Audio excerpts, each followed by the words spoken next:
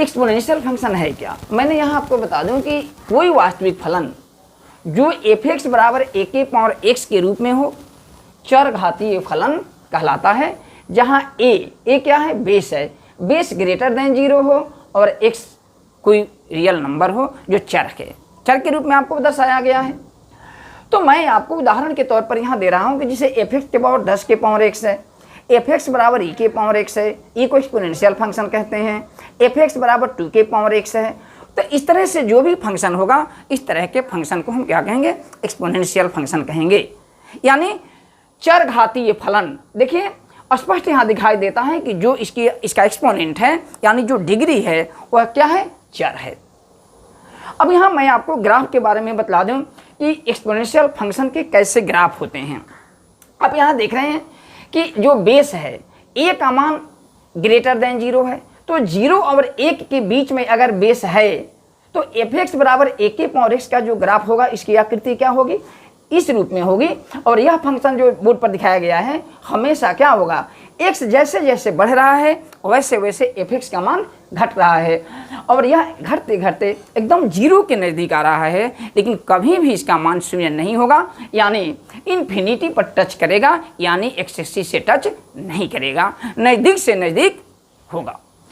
इसी प्रकार से यदि a का मान जो बेस है अगर ग्रेटर देन 1 हो तब इसकी जो आकृति होती है, आप देख रहे हैं कि लगातार जैसे जैसे x घट रहा है वैसे वैसे इसका मान घट रहा है, जैसे जैसे x बढ़ रहा है इसका मान बढ़ रहा है। तो अब इस तरह के फंक्शन को हम क्या कहते हैं, लगातार यानी निरंतर बढ़ने वाला फंक्शन है।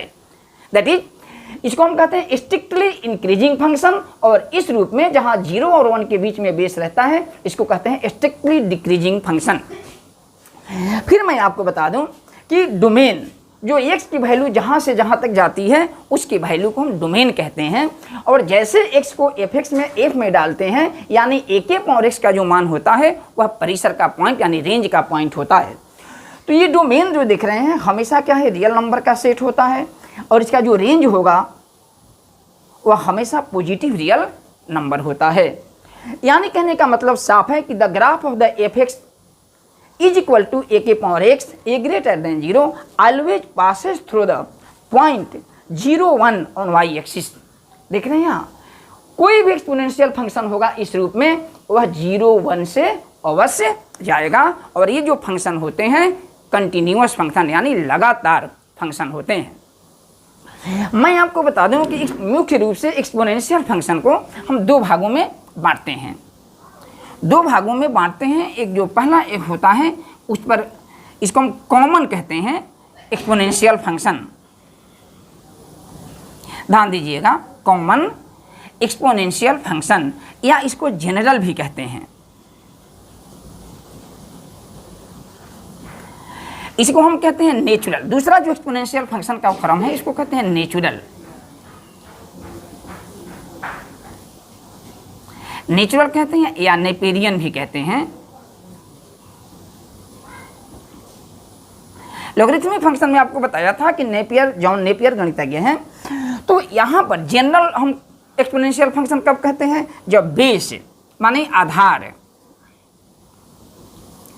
बेस जब 10 होता है तो इसको हम क्या कहते हैं, कॉमन यानी सामान्य एक्सपोनेंशियल फंक्शन यानी चरघातीय फलन कहते हैं। और जब यहाँ बेस ई होगा,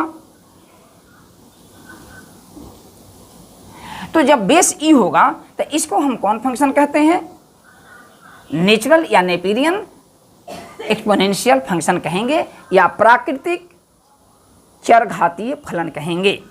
निश्चित तौर पर यहाँ देख रहे हैं, यहाँ को हम इसका जो रूप होगा फॉर्म क्या होगा, इसका फॉर्म होगा f(x) is equal to 10 to the power x, और यहाँ क्या होगा, इसका जो फॉर्म होगा f(x) is equal to e के पावर x। e एक एक्सपोनेंशियल फंक्शन है और e का मान 2 से बड़ा और 3 से छोटा यानी 2 3 के बीच में होता है, जो एक अपरिमेय यानी इरेशनल नंबर है। क्लियर। तो मैं आपको बता दूं कि जब हम बेस 10 लेते हैं तब इस 10 बेस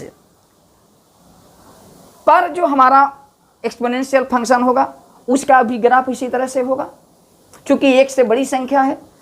यहाँ हम ई अगर बेस लेंगे तभी इसकी आकृति इसी तरह से होगी, क्योंकि ये ई क्या है, एक से बड़ी संख्या, क्योंकि 2 और 3 के बीच में है। इस प्रकार से ये दो हम मुख्य रूप से चरघातीय फलन के बारे में अध्ययन करते हैं, या मुख्य रूप से इसको हम अध्ययन करते हैं। लेकिन यह स्पष्ट हो जाना चाहिए कि बेस जो है वह 0 से बड़ी कोई संख्या हम ले सकते हैं। ठीक,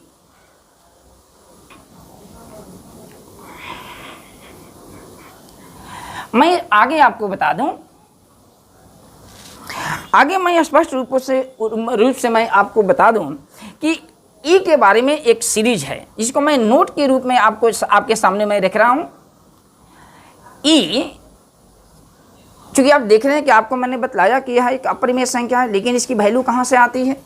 ई बराबर एक सीरीज है 1 + 1 बटे फैक्टोरियल 1, 1 बटे फैक्टोरियल 2, 1 बटे factorial 3 plus dot dot dot to infinite series है।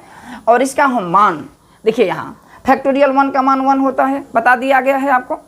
फैक्टोरियल 1 बराबर 11th में आपने पढ़ा होगा 1 होगा, तो 1 बटा 1 1 1 1 2, 1 बटा फैक्टोरियल 2 का मतलब 2 गुने 1, तो 1 बटा 2 यानी 2.5 पे भी कुछ बड़ी संख्या होगी।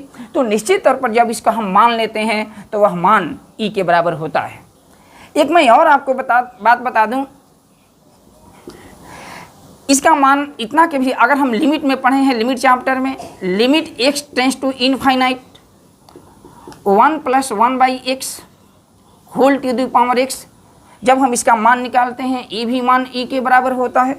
और ये मुख्य रूप से कंपटीशन के लिए भी इसको याद रख लेना चाहिए, या हम इसको ऐसे भी लिख सकते हैं लिमिट x टेंस टू 0, दोनों बात एक ही है।